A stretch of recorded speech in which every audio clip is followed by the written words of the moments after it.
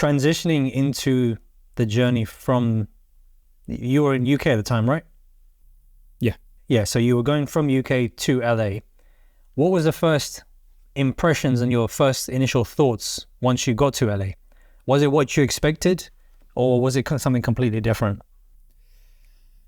I grew up in London and obviously spent some years in Greece, and loving movies, right? So for me, even when I got the message saying we're bringing you to LA, I was over the moon. It was like a dream come true. Even before I went, when I went, I thought I was living a dream, because that's always how I viewed LA. I still view LA the same. I absolutely love LA and California and the States in general. But for me personally, LA was a big deal. You speak to some other people and they're like, it's, whatever. But because me, it's like it's the entertainment capital of the world. It's Hollywood, man. If you're in Hollywood, if you're in that industry, the place you need to be, or the place that you'd love to visit is Hollywood, where everything gets made, all the major stuff anyway. So I very much had that. Even when I got to LA, I was struggling to comprehend what was happening. I was looking around, and I got there late in the evening. I arrived, even on the first day. And I was taken immediately. I was taken to the Hollywood sign. I was taken to the observatory. I was taken to just to look at stuff. Literally moments after I landed, and it was just, I was taking it all in. It felt like an overwhelming experience in a way. 100%.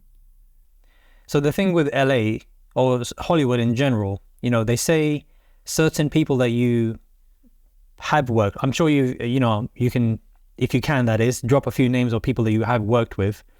When it came to working with those people in Hollywood, what's the relationship like when you are new into the industry, and how do these actors and actresses take you being a new director or an upcoming director, and how do they approach you and listen to, do they listen to the instruction in the same way as they would with, I don't know, Christopher Nolan, for example, well-known directors who have been around for decades? What's the kind of relationship people have with a new director who have been in the industry for a while in comparison? That's a great question. So even now, I have a little bit of a love-hate relationship with the industry, with the business side of the industry and how the industry works, because it's if you want to climb the ladder or do things in a straightforward, correct way, it's very, very difficult. I know where this conversation is going to go. I don't want to go into detail because I don't want to get in trouble. But no, listen. I think most people have either watched movies or read about it, or documentaries or whatever, about the type of industry and the difficulties of the Hollywood life, right? And the Hollywood life actually doesn't appeal to me. That's not really what I want to do. I just want to do what I love. And I love being obviously surrounded by the people who are in the industry. That's another thing that I loved about LA. It was just easy to bump into people.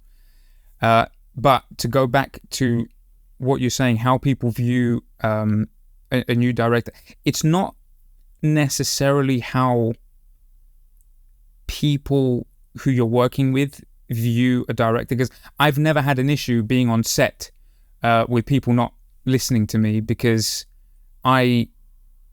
without trying to sound like an idiot, I know what I'm doing. I know what I want. I know what I'm trying to accomplish.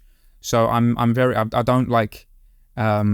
don't just walk around with a confused face on set. I know what I want. So it's not as though I've given people the impression that I don't know what I'm doing. So I've never really had difficulties on set or people I've worked with, because, for example, many of our friends and contacts in the industry, they produce movies all the time. One of the first people that I met when I went to LA was Ili Samaha, and he owns the Chinese theater. He owns Yamashiro. He's produced over 85 movies. One of the iconic movies that he produced was The Whole Nine Yards, with Bruce Willis and Matthew Perry, which is an awesome movie. So Ely is an awesome guy, and he was one of the first people I met, but we met so many other people and had chats with so many other people, influential people that understand the industry, people that are very successful in the industry. And Ely, among everyone else, basically, they're very supportive. I didn't have any issues with that. Where the issue lies with a new director is if you have to work with big named cast. I'm not worried after people meet me, because we can sit down and chat and they can understand, my vision, what kind of thing I want to accomplish. The thing is, there is this preconception in the industry, which is very common, where people will always ask, you might have a great pitch deck, a great screenplay, everything pretty much is, apart from all the funding is in place, and you're trying to package this movie. People will always ask, who's the director, right? And obviously, what cast are you trying to attract? That's where it becomes an issue, or it just becomes harder, because if you haven't done any major movies as a director, it's going to be hard to get big cast, A-listers and B-listers. Not all of them, but a lot of them, and rightly so. They've got to a point in their careers they don't just want to work with anyone who walks off the street and calls himself a director. Anyone can be a director. Let me just get that out there. Anyone can be a director. It doesn't mean they're going to be a good director, but anyone can be a director because you're a storyteller, okay? You might be bad at it, but you can still call yourself a director. No one's going to stop you. So actors have no doubt experienced this, and they have the who's directing? What has he done before? Oh, he hasn't done anything major. No, not interested. Investors will probably most likely ask the same thing. It will be very difficult, if not impossible, to get pre-sales for a movie if you're what they call a first-time director, first time with regards to feature films. And it's a situation that I have been in for the past few years, because although I've done so many different projects, I've directed different types of projects and short films, and I've written short films as well, and I've done TV shows and music videos and corporate videos. But even my short films show how cinematic and theatrical my vision is. It still means nothing when it comes to the industry and how people view you unless you've done feature films. So that, I would say, is the biggest difficulty with being a first-time director. Not necessarily how people treat you once they've met you. I haven't experienced that because, as I said, I know what I want and I know what my vision is. And I even had it once when I was doing a short film, and I worked with some awesome actors for a short film that I wrote and directed called Debt Valley in 2021 in LA. And one of the actors, his name is DC Douglas. He's done a lot of stuff. He's done a lot of acting, big acting gigs. Awesome short film, by the way. I watched it. It's really, really good. Thank you. That was so much fun. But I'm never going to forget. I'm never going to forget what DC told me, because he said to me when before he met me, when he read the 2 or 3 pages of the screenplay for the audition, because we held proper auditions over a week. We were auditioning people, and he said when I read it, he said I loved it. I loved the character. I wanted to be in this, but I was worried, he said, because I looked at the little synopsis that you guys put together, he said, and I saw young director, hasn't done major things, he wrote and he's going to direct this. And he said that I was a little bit apprehensive. He said, but after I met you, he said everything, I was put at ease, and I couldn't wait. I could not wait, and I actually I was almost ready to beg you to be in the movie.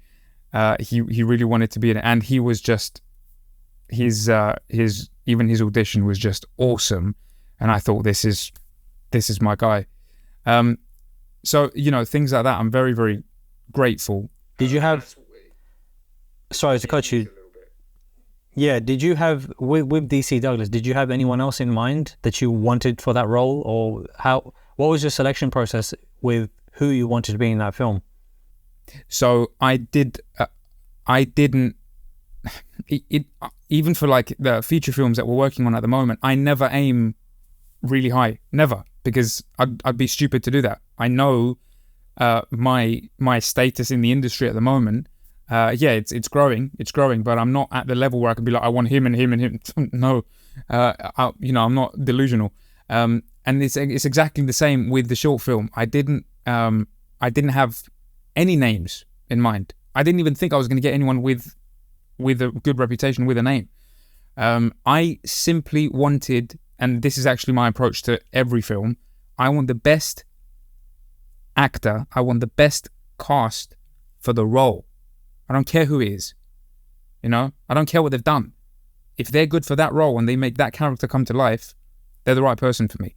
Now, when it comes to feature films, you have a lot of other things to consider. How sellable the film's going to be. Investors want to see big names. That's a different kettle of fish altogether.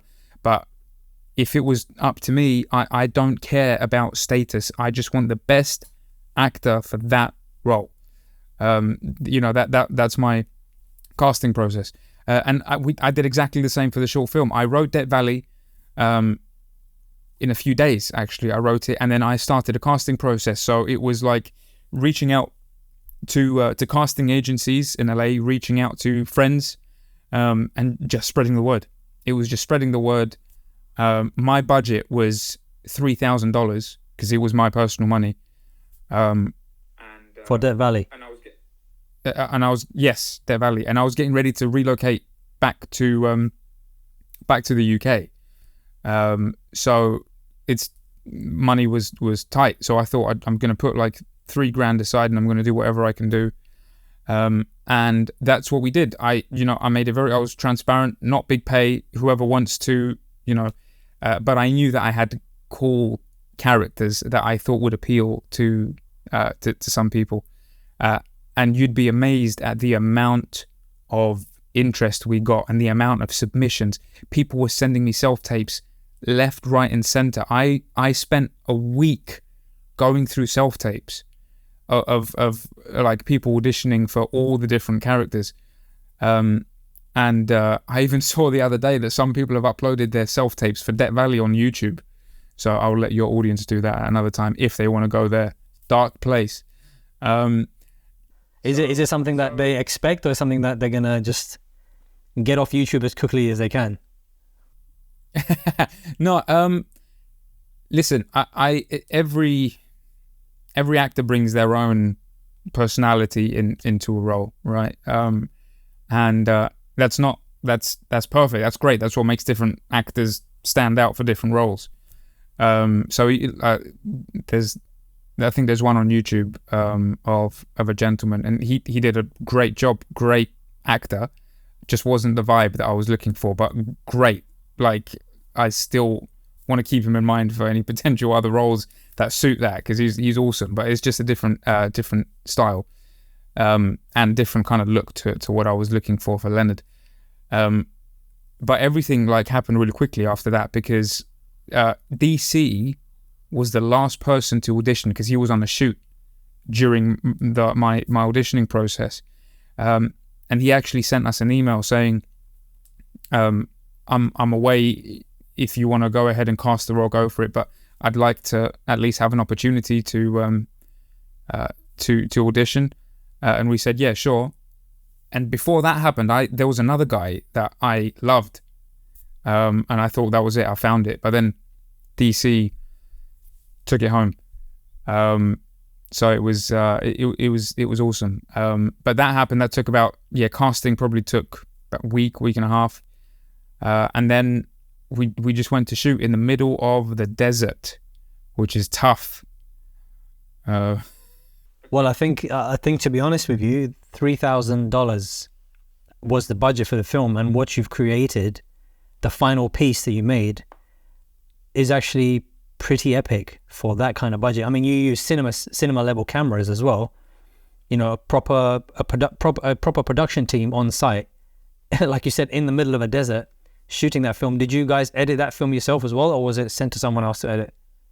So I did, as far as post-production goes, I did about 95% of all the work myself. My father helped me with sound design and music. My DP helped me with color correction, because there were just some things that we needed to consider, so we did that together, and he helped me a lot with that. I'm very grateful.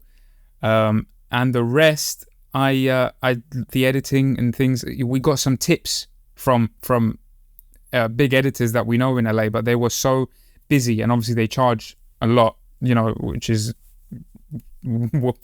great for them, but I couldn't afford it. So thankfully they agreed to help give us some tips and pointers. So I just applied that in the film, in the final product.